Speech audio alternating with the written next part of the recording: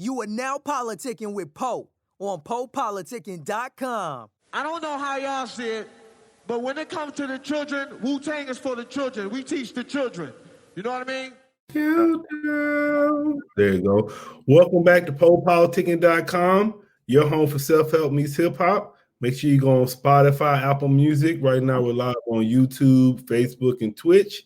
1212 and place to be with the one and only Haas G. Salute. Pop in me, man. I be sounding like Busy Bee on my intro. It's all good. What's That's up, how man? it's supposed to be. I want to say, man, I appreciate having you on the show, bro. Really, I don't know, man. Sometimes when I was saying, like, I interview people and I'm like, damn, sometimes like I'm interviewing this dude. So I got that feeling about you. I know I'm interviewing That's how I felt when I sat.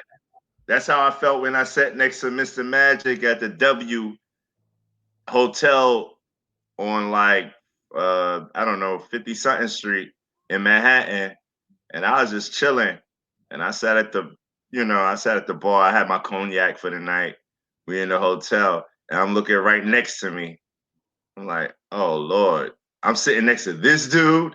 You see what I'm saying? So I get that feeling. Like, I know the feeling that you feeling. But guess what? I'm your counterpart. You came up with me, I came up with you as well. Yeah, but I'm saying with me sometimes it's like, because I always ask people how did their earliest thoughts of hip hop. And some of this stuff is like your subconscious, because you remember when you like 8 or 9. So it's like you know about it, but you know about it from your uncle watching it. It just like, so it's like, and then it comes back to you like some brain shit that Nah, it comes back like that's what I was growing up around all that time. You know what I mean? That's where it comes from. You know, my uncle was an avid album collector. Not just my uncle, my uncles, all my uncles, my aunts, my mother. You know what I mean? Like, music was, that was the 70s. You know what I mean? They was getting busy. They was doing everything that you see in them black exploitation movies and all the movies after that. You know what I mean? Like, that's how they was living. You know, none of them was saints all their lives. You know what I mean? They was in the streets running around doing this, that, and the third. And then that's when I learned, like, wow. I started understanding, like, wow, that's what y'all been doing, yo. You know what I mean? And that's how I got my savvy. You know, that's how I started figuring it out. You know, at one point, you know, moms and pops, they got grown and they decided to raise kids. So they're gonna raise us with an iron fist. You know what I'm saying? But no matter what, you know, we ain't far from the same. You know, our DNA is the same. So, you know what I mean? What's good for the goose is good for the gander. We gonna do it too. You know what I'm saying? The difference is we're gonna play it off a different way. So what is your earliest memories of hip hop? Oh man, my earliest memories of hip hop was probably in Brooklyn. I want to say it wasn't really hip hop back then.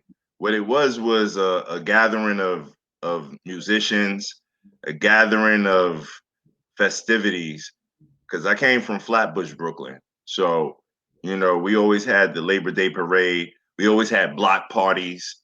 You know what I'm saying? And that was my youngest years. So that was my little 8, 9, 10, 11, 12 years, you know. And then from there, once, you know, the Labor Day parades was going on every year,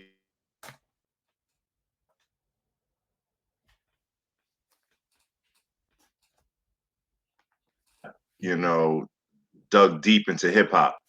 And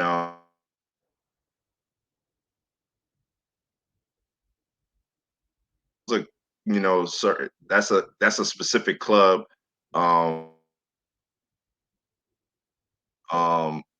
Sound Factory, just going to the clubs and seeing the artists back then when I was coming up, that I was able to be these actually Force MCs from Staten Island. You know, that was one of the first groups from Staten Island. And then, you know, seeing Slick Rick, seeing Dougie Fresh, and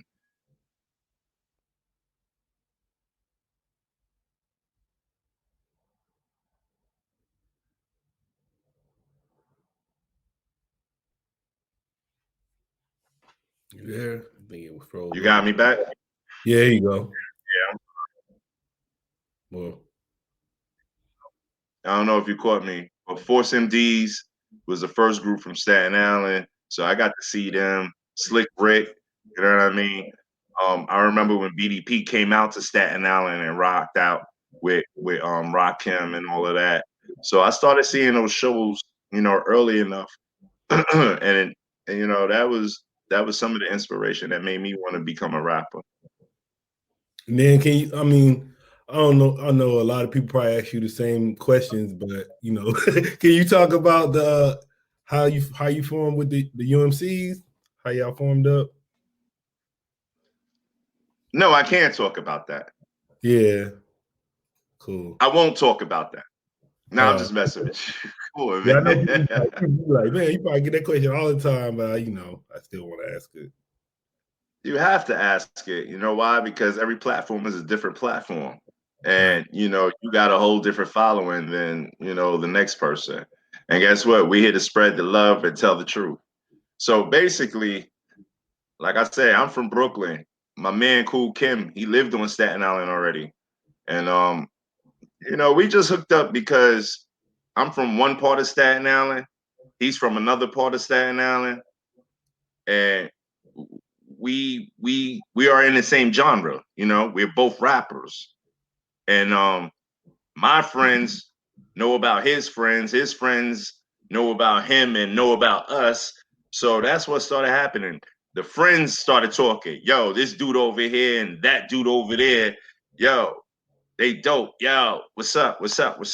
So, you know, it eventually became a meeting and we hooked up and we became like the best of friends. You know, it started off with a couple of battles, you know what I mean, here and there, and then it turned into just really, really like brotherhood things. You know what I mean? Like, you know, we got jobs together, you know, we hung out together, we partied together, and then we decided to make a group.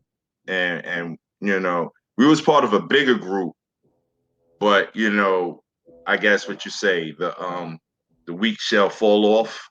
You know what I mean? And we became just us two. And that's how we became UMCs. And we said, yo, this is how we're gonna do it. This is what we're gonna do. And we moved on from there, you know. Throughout the whole situation, I mean, we grew up with all of Wu-Tang, you know, that Staten Island is ours, you know. We're basically the first rap group commercial from Staten Island. So, you know, a lot of people want to ask the question too, which you're probably going to ask later on. How do y'all know Wu-Tang and all of that? No, I read you gave him all your records for 36 Chambers. Say it again. You said you gave him all his records for 36 Chambers, RZA? Yeah, there's a story behind that. Yeah. You want to know the real story? What's up? So, remember, UMCs is the first commercial rap group from Staten Island. So while we was out in Cali doing Soul Train, doing shows, you know, hooking up with Cypress Hill before Cypress Hill was even known, you know what I mean? We had to do like some promotional events. And for those that don't know, promotional events is when your label takes you to all the all the different labels that's connected with them in different regions. Mm-hmm. So each region we go to that's connected with EMI, we got to go visit the label that's out there in that region. So we went to one region and they gave us the whole Stacks collection. They gave it to all of us as a gift, you know, for visiting their region and all that. They was giving, you know, party flavors, party gifts. And they gave all of us the whole Stacks records collection. So we had that whole Stacks record collection. And what ended up happening was we ain't know nothing about it at the time. We just had the collection. So my man RNS, who was with us at the time, he was a DJ. He came back to Staten Island with the collection. We all came back home, but he let RZA listen to the Stax collection. And then that's where RZA took all the beats from, ripped them, sampled them, did everything. And we're like, yo, they did the whole album off of that. Like, are you serious? You know what I mean? But we brought that whole collection back to Staten Island, back to New York. So that's where it all came from. And then that's how they ended up doing their whole Wu-Tang album. But don't get it twisted. Like, we was all growing up together, formulating Wu-Tang, formulating UMCs, formulating Pop the Brown Hornet, formulating Shaheem the Rugged Child, formulating a whole lot of the groups that came from Staten Island. You understand what I'm saying? And you know, that's history. That's just the way it goes. Yeah, then like y'all coming about with the Fruits of Nature album, like with y'all, because I was listening to that like just now, man. Like, did y'all really know it was gonna be a classic? Like now it's like a classic. Did you, when y'all did it, was you thinking it was a classic, or now you go back, you be like, oh man, we did something really special back then? Or I mean, me personally, doing it? That's me as a producer, I knew it was a classic already from the beginning. I didn't know I was really a producer, but I knew what we was about to put down was going to go down in history. I didn't know that much because it was so different. It was so involved. It was so fresh and new. It was from Staten Island's, you know, lost, forgotten borough. You know what I mean? Who's these kids coming out from there? So I already knew that was going to make a mark. But I didn't know how big of a mark and how big of a presence in regards to the legacy that it was going to set. You did? Yeah, and then I noticed the album, it's on Martin's show, the album cover. Yeah. Yeah, I was reading that he asked y'all, can y'all use, he has Flavor Unit, can he use it? And y'all said, yeah.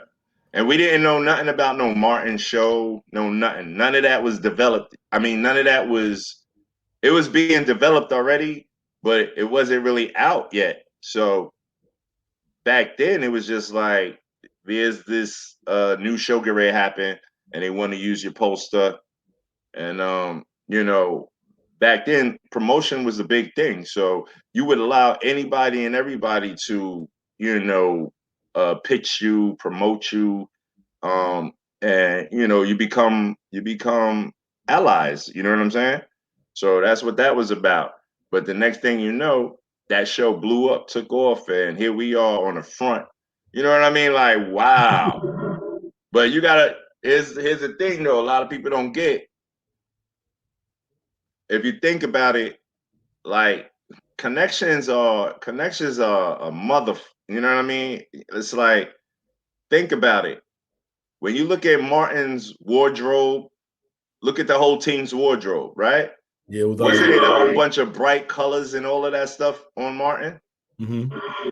Now, remember when UMCs came out, what was we rocking? Cross colors. Yeah. You understand what I'm saying?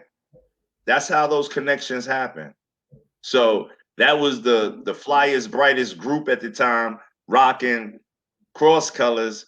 And that's what the show got going on. So yeah, that poster should be in there. Not to mention, you know, Spike Lee was popping. So guess what? Let's use Public Enemy too. You know what I mean? Like that was that whole, you know, that was that whole thing back then. So we fit right in the mold. We was good. Yeah, I was reading. I was watching the video of Blue Cheese, and I was looking at the comments, and people was like, "Man, this hip hop was fun. This is classic hip hop. This still goes." So, how you feel about people still enjoying your music today?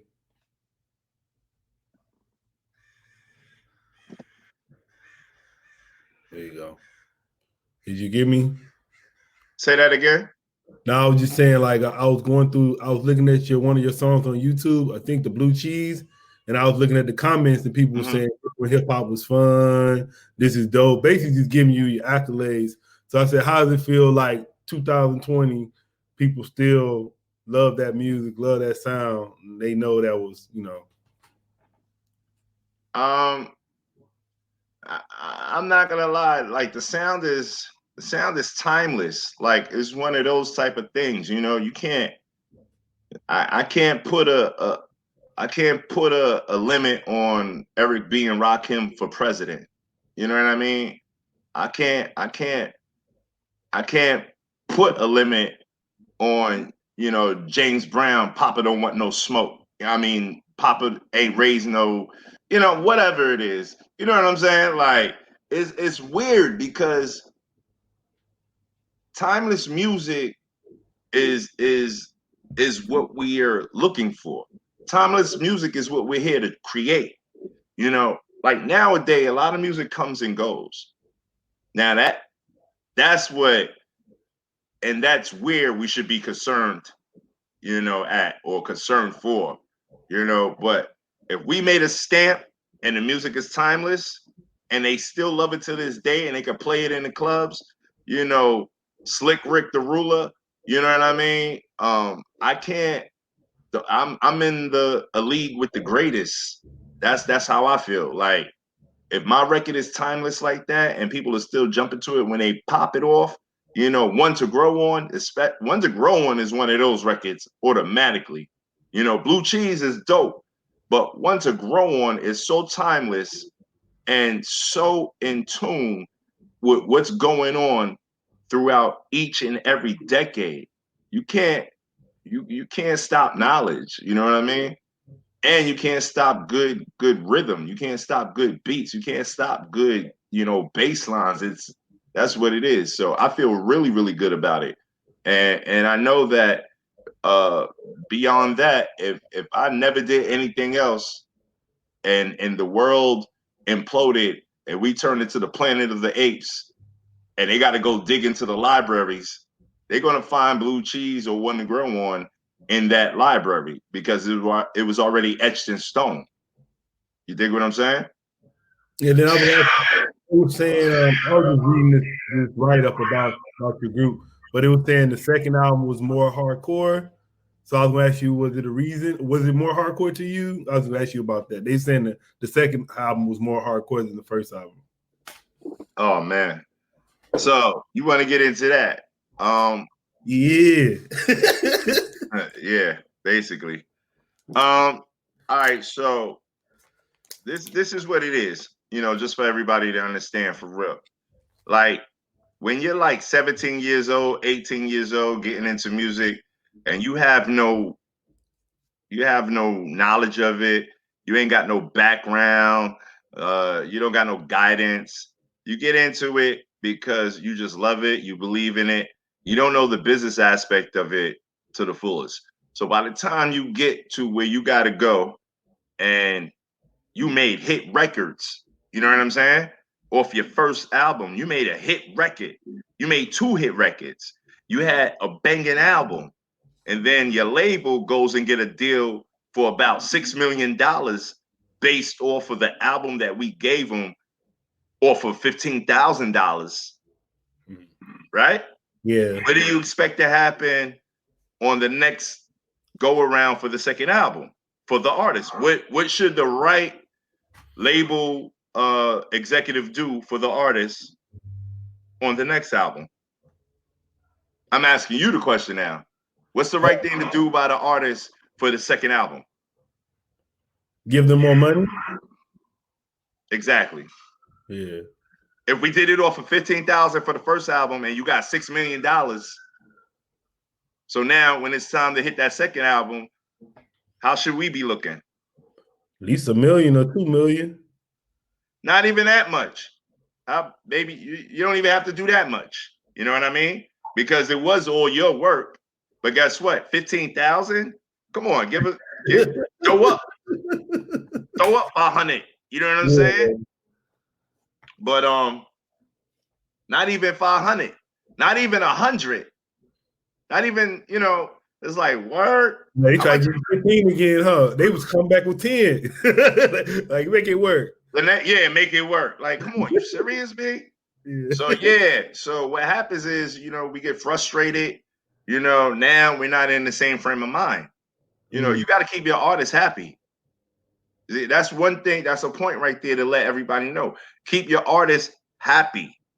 I'm not saying, you know, bow down to them, spoil them, but do what is right at all times for your artists, you know? And that's the lesson that I learned. Like, you can't, your artists ain't going to be happy. They ain't going to create the right way. They're not going to produce the right way. You know what I mean? So basically what happened was, you know, you caught 6 mil and you telling us this is all we getting for the second album, you know, and a birthday cake for my birthday. Like, come on, man. What are you bugging? You didn't know get what I'm saying? You didn't try to give y'all a car? Say it again. Not even a car? Not a call?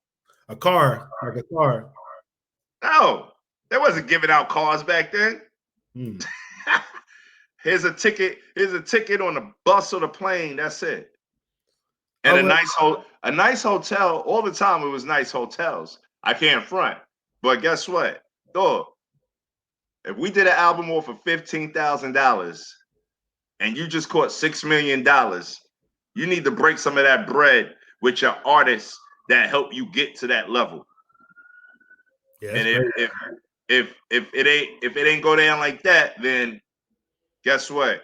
Whatever album we give you, this is what it is. So what everybody experienced through that second album was just a bunch of really, really, you know, a whole bunch of dissatisfaction, a whole bunch of animosity, a whole bunch of anger, you know. But at the same time, the beats were still tight and the lyrics still made sense, you know.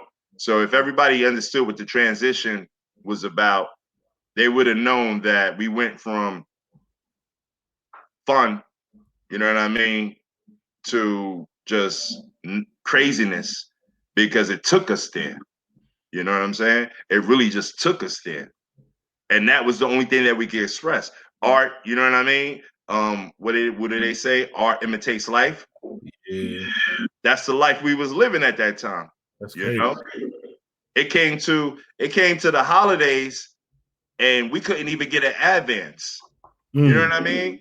Like, you can't even afford to give us a freaking advance so we could buy Christmas presents and this and that for our kids and our families and all of that. And then you want us in the studio working on an album?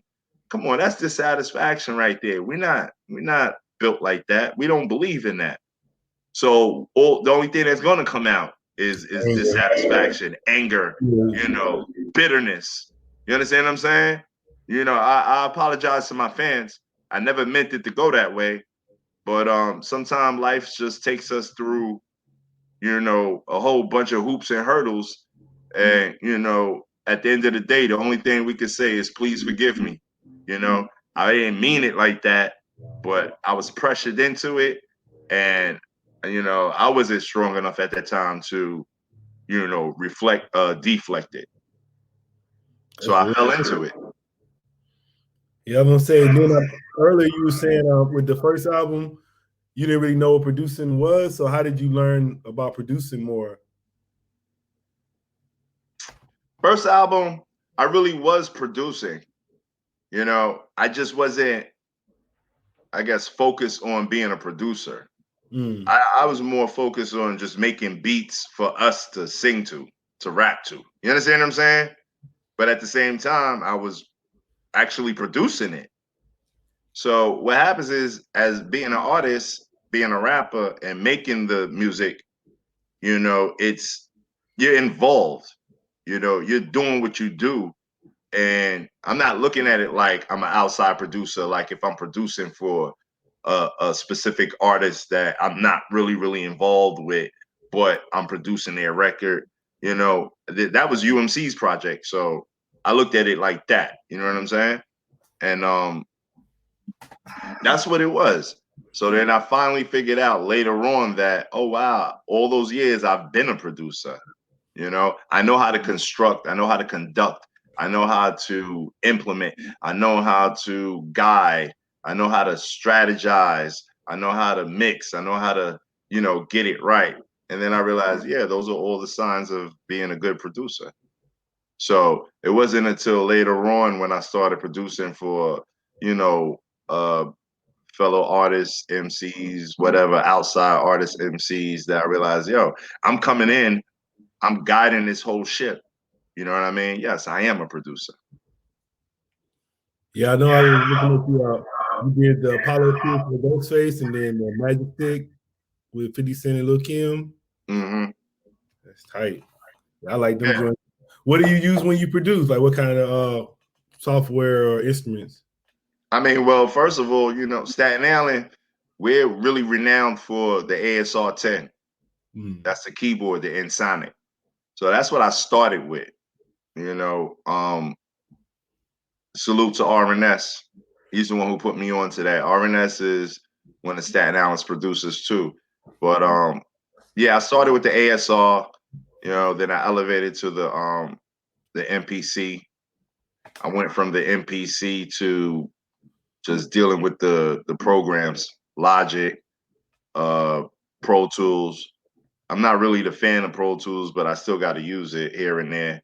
But Logic is my choice program. So Logic. Fantom of the Beach. Say it again. I said, why do you go by Fantom of the Beach? Oh, that's a story right there. That's a big story. All right, so everybody's familiar with Phantom of the Opera. Right. That's what I was thinking. Right. Yeah. All right. And so you see the F. Where's that way? That way. Yeah. Fantom was a ship in the 1800s that sailed from Paris. And you know, y'all can look it up. But the ship was named Fantom. Fantom. So it's a whole lot of detail in that story, but I was talking at the time with my girl at the time, and you know, she's an artist herself. She's a fashion makeup artist. You know, she's into all of that stuff. So we was just talking about it, and it was the whole plight of reinventing yourself. So, you know, everybody knew me as Haas G, but if I want to come out as a producer, I'm going to flip the whole script on everything. You know what I'm saying? So what would be a good name for me as a producer? I love music, you know. The Phantom of the Opera story meant a lot to me. You know what I mean? But you know, I wanna give it a twist. So it was like, yo, Fantom, you know, you should be Fantom. Like that statement alone, you know what I mean, is a big statement. Because Phantom of the Opera goes on and on and on and on and on. I don't care what state, what city, what county, what country, everybody knows Phantom of the Opera. All right. So we're not doing opera right now, but we're doing beats. You know what I'm saying? So let's Phantom of the Beat. 1, 2, 3, just that easy. And that's how we came up with it. I don't know if I was smoking a blunt at that time or, you know, I had a sip of tequila or something, but that's how we came up with it. And, you know, there's a big story behind it. You know what I mean? You look up the ship, the Fantom, that sailed from Paris, and you'll understand, like, I'm very emotionally attached to this whole game. And music, and like you said, like I said earlier, art imitates life. But when you look at certain situations and you follow the patterns of what was going on and you realize that, damn, that's the connection that I have with that, you know, that's when you pull out of yourself like, boom, this is what I want to do and this is how I want to do it and this is how I want to portray it. So that's where it all came from. Now, so what do you feel about do you feel like the content in hip hop, the quality has dropped or has it got better? It's an evolution process. I'm not going to call what it is. All I know is it goes up, it goes down, in between, it moves until something sticks the right way. And then that's going to rock for the longevity. You know what I mean? Until that's getting stifled. So all I think is that it's just in action. It's formulating. You know, it's doing what it has to do. Lyrically, I can say that I haven't heard no real down lyrics in a long time. You know what I mean? Like, I know what our lyrics was a whole bunch of, you know, not to be on some, you know, OG teaching prophetic shit, but the lyrics that we had, everything had something to say. You know what I mean? I don't care if it was educational or if it was emotional, but we said lyrics. Right now, I don't really even hear verses that go the right way. You know what I'm saying? Like, before I get a full verse, everything is chopped up before it even gets there and just repeat it again. You know what I'm saying? Like, I don't hear a full 16 bars. I don't hear a full, you know what I mean, 8 bars. I don't, you know, everything is just a whole redundant speech that I hear a lot of the times. Now, presently, and I was talking about that in regards to like the last, I don't know, 4 or 5 years, but presently I see an uprising of a whole brand new, you know, lineage that's ready to sport out. You know what I mean? They're diving in right now, and I can hear it and I can see it. So, me personally, I think this is my time. You know what I mean? Like, this is what I was waiting for, and this is what I've been prepping for. And, you know, amongst the time that I've been moving, that's why I've been keeping on my square in order for it to change. You know what I mean? You always got to have a changing of the guard, just like we just did, right? Just like we just did. We just had the changing of the guard, right? Yeah. So we get money. Yeah. So what you think about that? The changing of the guard. Changing of the guard? Nah, the whole thing is the changing of the guard only gave people a heightened sense of being aware again, and at least it got you happy. You don't know what you're happy for, except for the fact that, I mean, the main reason I'm happy is just that dude is going to be out of office. I have no clue what the new dude is going to do, but as long as we know that first dude is not going to be there no more. You understand what I'm saying? Yeah. So, yo, I'm not celebrating because Biden is the president-elect. I'm celebrating because Trump is out of there. I'd rather give it to somebody fresh and new to see what they could bring to the fold. Like, God, I saw what you brought to the fold, and it was just total chaos. Yeah. Like, I haven't experienced a 4 years like this in a straight up. No, dead serious. I have never experienced 4 years in a row, straight up calamity. Back to back calamity. It started off reckless. So, yeah, you got to go. That's how I feel. Now, what's up?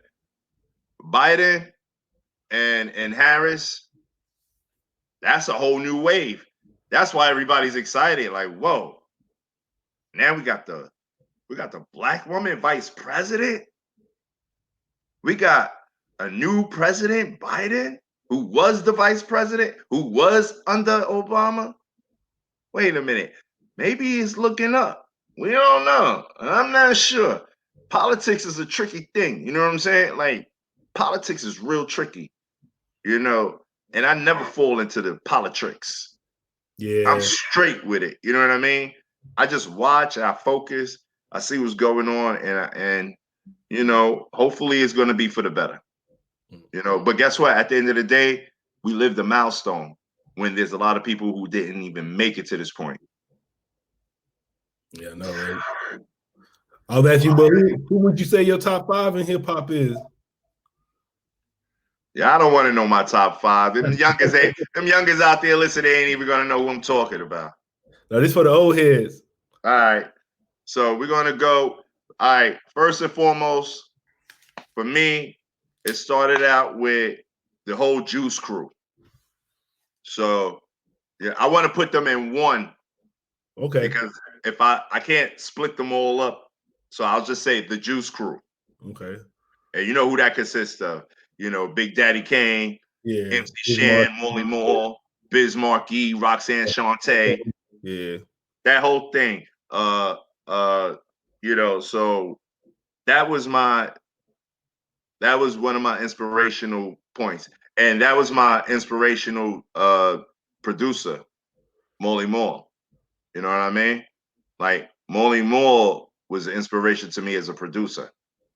All right, so cool. So that's one of my top fives. Then you got Eric B and Rakim all day. I can't dispute that. Then you got Slick Rick. Can't dispute that. Then you got BDP, KRS-One. All right, where am I at right now? All right, we could go to De La Soul. You know what I'm saying? And who else? Now, everybody after them, between that time and the late 90s, I loved everybody. Everybody came out sounded dope. Salt and Pepper, you know, they broke milestones, you know what I mean? MC Light, you know what I mean? Sweet Tea, you know what I mean? It was a whole bunch of milestones set by them. So that's why they're like in my top. You know, Coogee Rap, he was down with, you know, Morley and them. I mean, it's too vast. It's very, very vast. And I can't, it's too vast for me to say top five. There's a whole bunch of them that I grew up off of and I loved. And, you know, I don't put none of them against each other, because I feel that they all had their own lane. None of them even sounded like the other one. You know what I mean? Everybody sounded so different.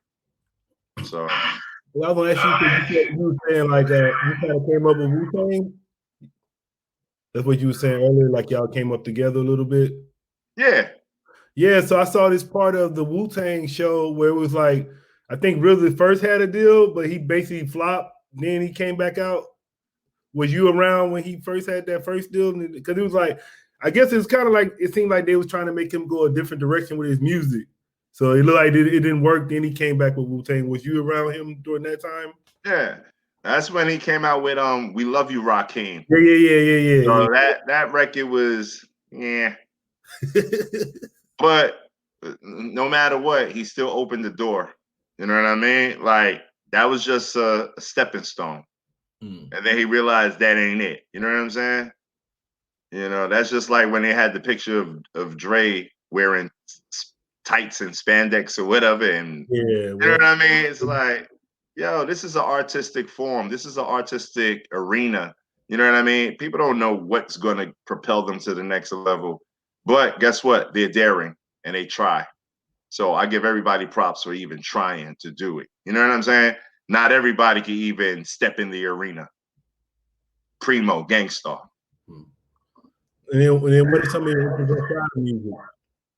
Say it again. Some of your interests outside of music. Oh, well, I'm basically an electrician by trade. For real? So that's for real.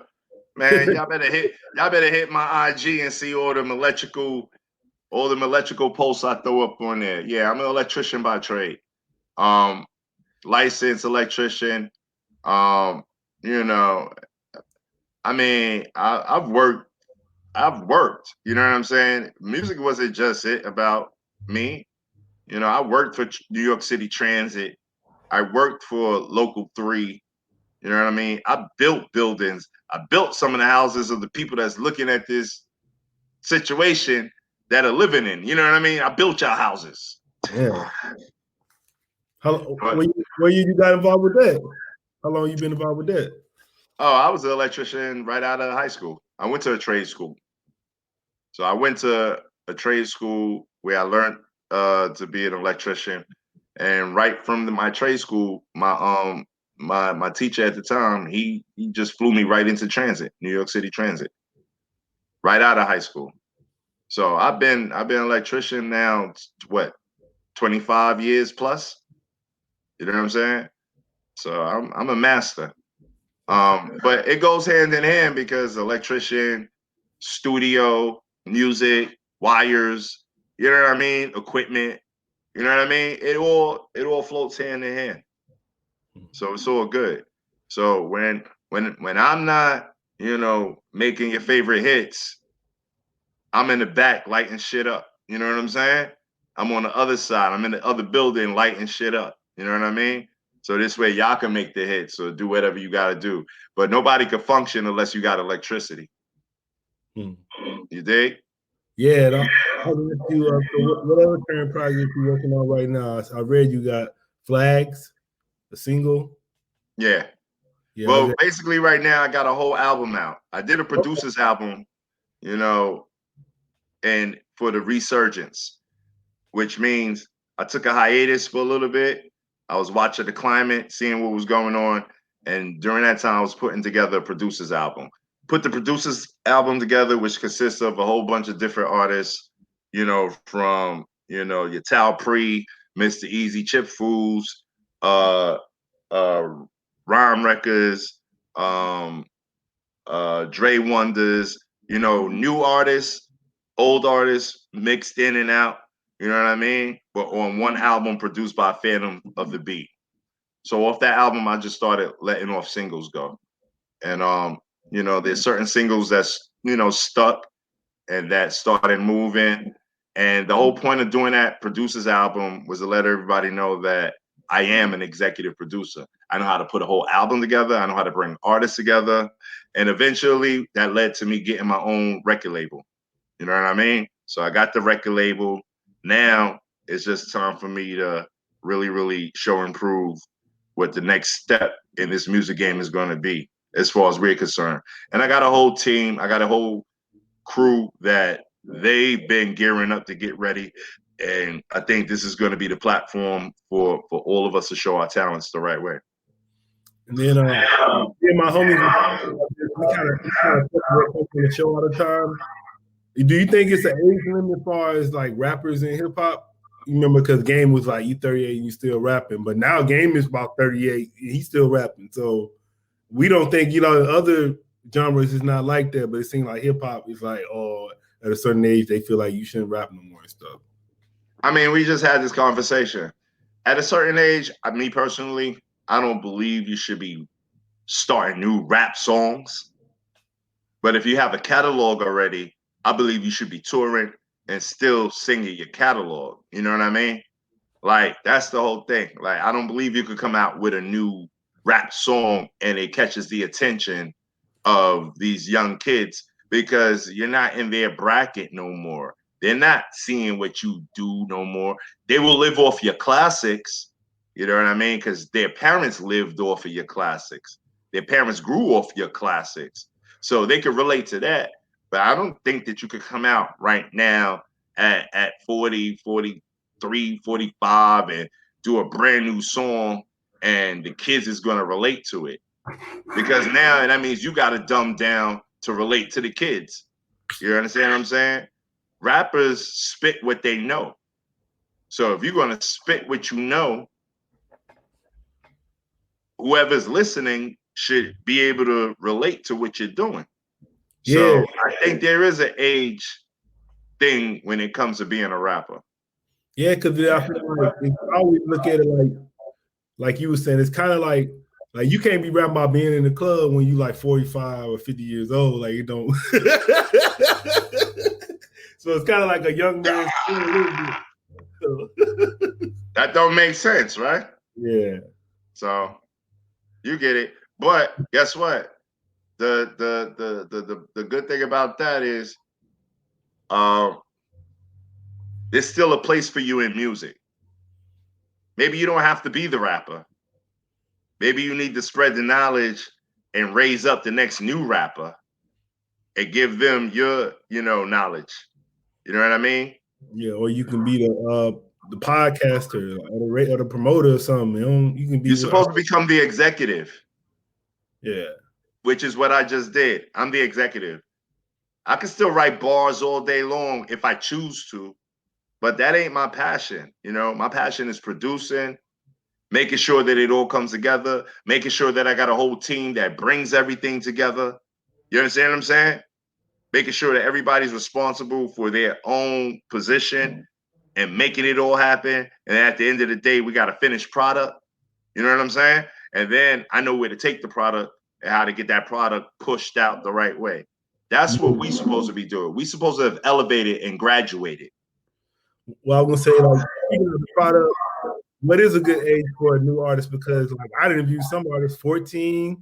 I interviewed some that I saw the girl Jaja, she like 5 or 6. So what's a good age for, like, if you want, you know, somebody trying to start, what do you think? Or I mean, there ain't no starting age. The starting age is when they're ready.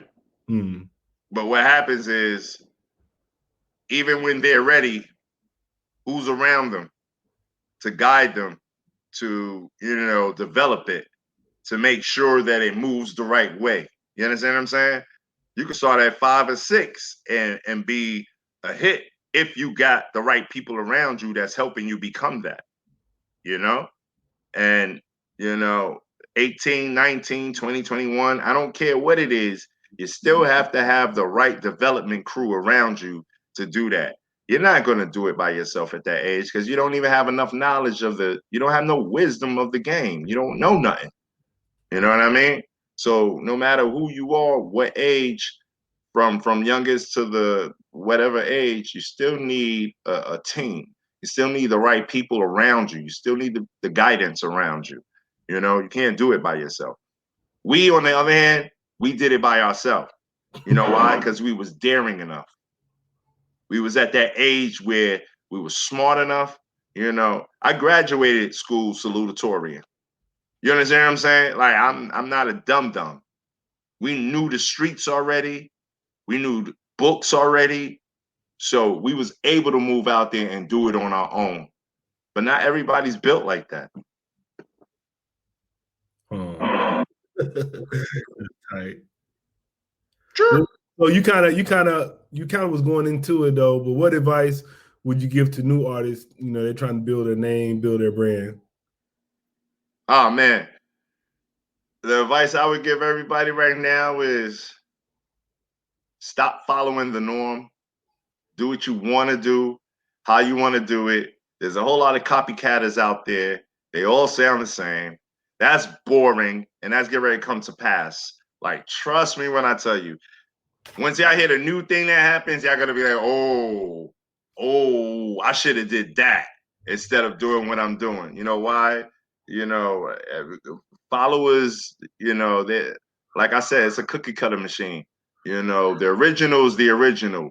The carbon copy gets thrown in the garbage. You understand what I'm saying? So if you ain't the first to do it and you coming behind the next one doing the same thing, you're not gonna last in this game. You know, originality is what really lasts in this game. And you have to have enough substance and enough belief and enough loyalty and enough, you know, how do they say, chutzpah, or, you know, drive, or fruition. You understand what I'm saying? So stop following. That's the one thing I hate. I hate these followers. What I would love is to see originality all day. Just be original. You don't have to do what everybody tells you to do. You got to do what you feel in your heart. Because once that happens, that's when you claim stake in the game. And I don't care how long it takes you, but that's when you claim stake in the game. I would say, what do you think about the, like they say, culture vultures in hip hop? I mean, everybody's going to make a dollar bill off of something, right? That's just it. Safeguard yours. You know what I mean? You already know it exists. Safeguard your own. Leave it, you know, pay no attention to them. Like I said, they're carbon. That's all carbon copy stuff. You know, you want to live off of what I'm doing, live off of it. But guess what? It ain't gonna last you but so long. You know, you ain't gonna get to the bulk of what I got. So, what are some ways you think like we can preserve the culture and like continue it? That's like asking me what are the ways we could stop racism.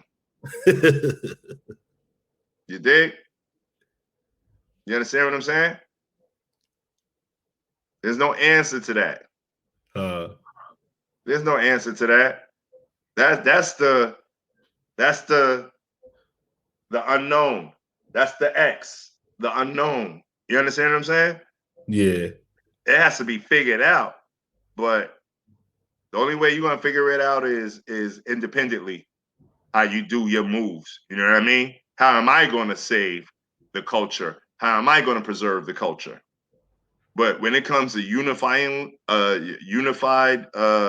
whole unified movement on preserving it, I don't see it. I don't see it at all.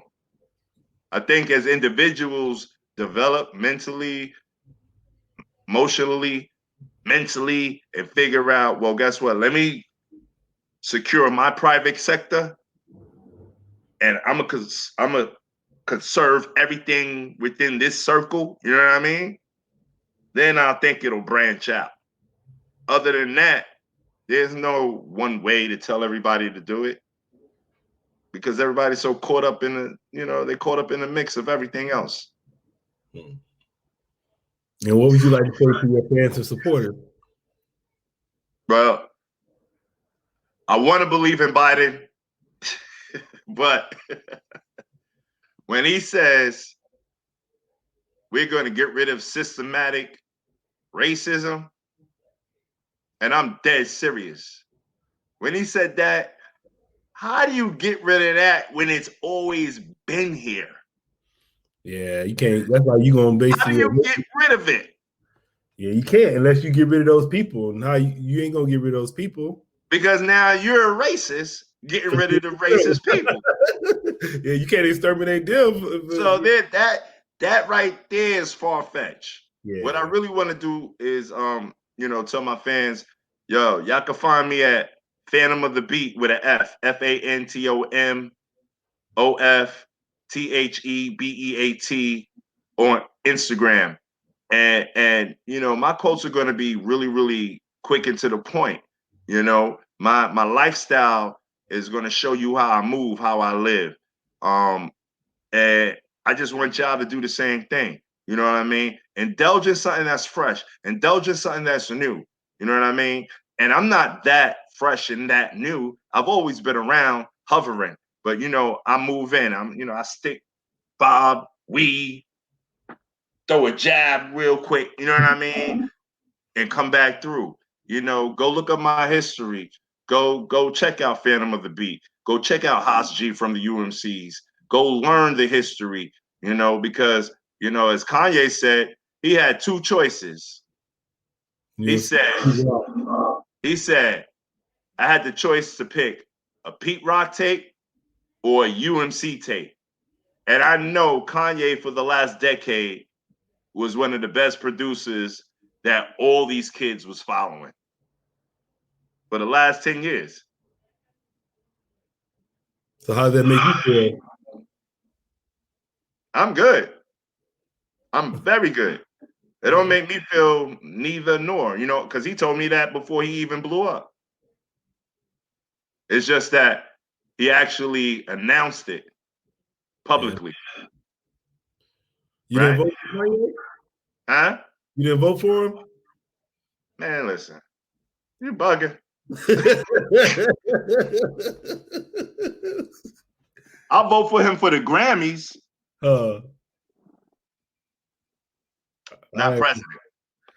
All right, bro. I want to say thanks for coming through politicking with me. I appreciate you.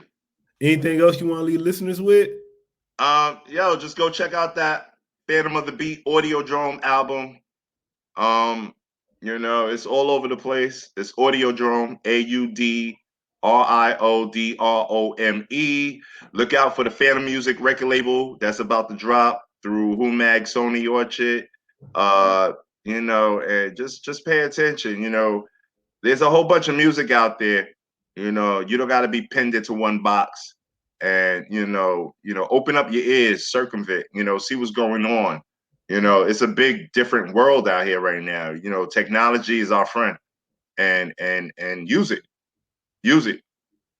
Salute. Yeah, I was talking to J-Ro today. He told me to say, "What's up?" J-Ro from Alcoholics. Oh, those are my G's. You know what I mean? Like, you're gonna see a lot of them G's coming back with me too, because I think they're wise enough now to not only construct, but just be a part of the new wave of music. You know what I mean? And be able to reach one, teach one. You know, that's what we're here to do.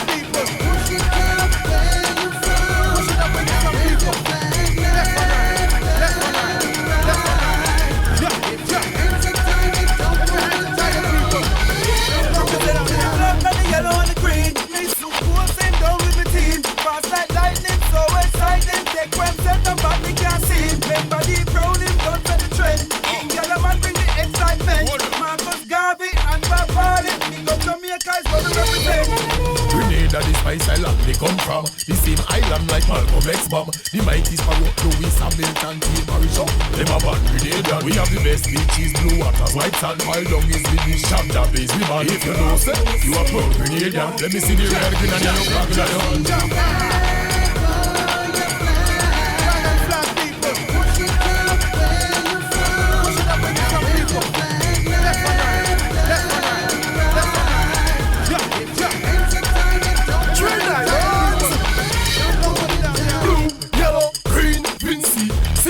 Small but we not easy. Have you ever seen a black sand beach and no place in the world prettier than the Grenadines? We have the better greens, I'm dark in meditation. No crime rate, nice place to vacation. Lots of fair man gain, no black fish out, problem child, all in sunshine. Blue, yellow, black wave, your banner fully. Grammy winner what them call Rihanna. Fine sugar cane, grind down for make sugar. Molasses, I the best rum, best as the cuckoo. Flying fish that are the dinner. Can't hit me wicket, a second piece sobers, the best cricketer. Ryan Murphy, the gold medalist, ticket. Happy just welcome our visitor.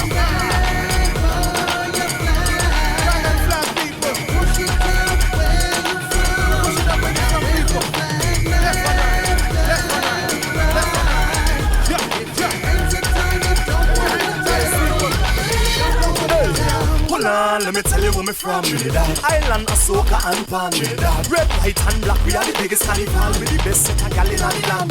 We are the pitch league, supply the world with the talk. Ryan Nara the best cricketer ever. Dr. Eric Williams, one of the best scholar. White Job, one of the best football player. When the Fitzwilliams Miss Universe at the old and one of the world's fastest runner. But the motto we believe, if together we aspire, together we will achieve, yeah. Brooklyn, chewing a ramp and we not TikTok. Every place you know, sit down with nigga. So mind where you walk and mind how you talk. Once again now, Brooklyn, we not ramp and we not TikTok. Every place you know, sit down with nigga. So mind where you walk and mind how you talk. No shook ones in Brooklyn, enough many women and bad looks. You get a joke. Well, in the wrong neighborhood, then again in cool school. But if you act fool, here come my men. 50s, 40s, and the 90s have the cooks. The men, biggest West Indian blend, yes, in Flatbush. And BK have the prettiest guy. Wickedest senses, we sickest, still big inflicted with style. The sickest with whips and the sickest with kicks, enough to profile. Murals and scriptures and pictures of people that make us so proud. All you have to do is say the call and be repping it loud. We're Brooklyn. Trust me, we deep in the crowd, yo. If you're from Brooklyn, you're worthy. Birthplace of Christopher Wallace, Jay-Z, Aaliyah, Eddie Murphy. Louis Gossett, Jackie Robinson, the Brooklyn Dodgers. Z-King, all day, you'll be perfect.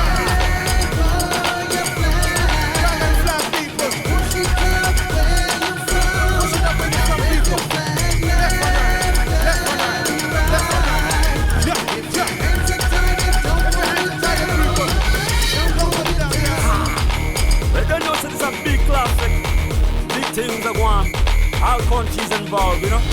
Big up Fantom at the beats, Quasi on the truck. Chipoo. And my name is Dainjamental, the ambassador. All FLAGZ in the air, wave them high. Where you from? Where you from? Where you from?